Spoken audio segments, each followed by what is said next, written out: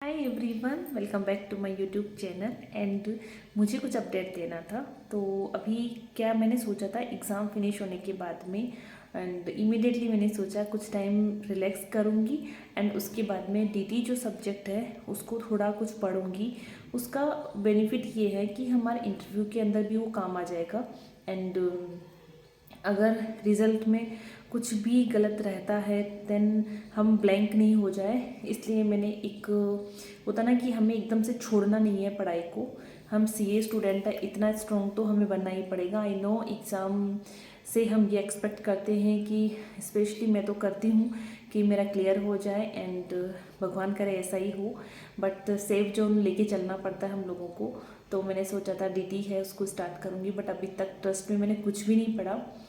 But अभी मैंने finally Atul Agarwal sir है उनकी मैंने डीटी के लिए कॉन्सेप्ट बुक मंगवाई है, जिसकी हेल्प से मैं कुछ चीज़ें रिवाइज करूँगी। अभी 20 डेज़ 15 डेज़ जो भी बचे हैं हमारी रिज़ल्ट आने को, तब तक मैं उसको पढ़ने वाली हूँ।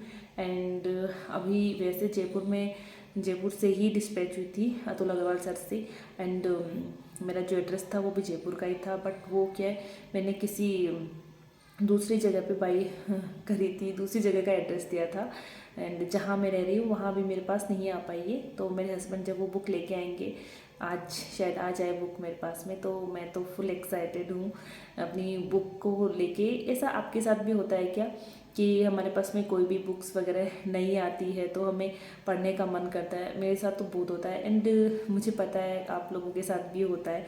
हम जब छोटे थे तब भी ये चीज़ें होती थी। नई बुक्स जो आती है उसकी अलग ही एक एक्साइटमेंट लेवल होता है उसको पढ़ने का। एंड वो कब तक रहता है, वो थोड़े दिन ही रहता है, बट रहता है नई बुक का। एंड आज आ जाएगी, तो आज रात तक आएगी, तो फिर कल से पढ़ना स्टार्ट एंड थोड़ा थोड़ा करके करूँगी। एंड डीटी में जैसे मैंने एक दो चैप्टर है जो छोड़ के गई थी, एंड सबसे पहले मैं सोच रही हूँ उनको एक बार देखने का। एंड जो टीडीएस वगैरह है वो तो देखने ही है ऑफ कोर्स, क्योंकि इंटरव्यू के अंदर पूछ सकते हैं वो। क्योंकि जो हमने जो पढ़ा है हो सकता है उसमें से नहीं पूछे, चैरिटेबल ट्रस्ट वगैरह को लेके नहीं पूछे एंड बिजनेस ट्रस्ट का नहीं पूछे। बट हो सकता है कि पीसीबीपी की जो सेक्शन वगैरह है उनके प्रोविजंस जो है उनको रिकॉल करना है, बस सिंपल सी चीज़ है। एंड रिडक्शन वगैरह के सेक्शन वगैरह है उनकी लिमिट वगैरह वो याद कर लूँगी। अभी फ़िलहाल यही चीज़ें हो पाएगी जितना मुझे टाइम मिल रहा है, क्योंकि एक होता ना बिजी स्केड्यूल हो रहा है मेरा बहुत ज़्यादा, क्योंकि मुझे घर चेंज करना है। एंड आपको पता है कि ये बहुत बड़ा टास्क होता है। सबसे पहले आपकी जो रिक्वायरमेंट है उसके अकॉर्डिंग फिर आपका बजट हर चीज़ देखनी पड़ती है।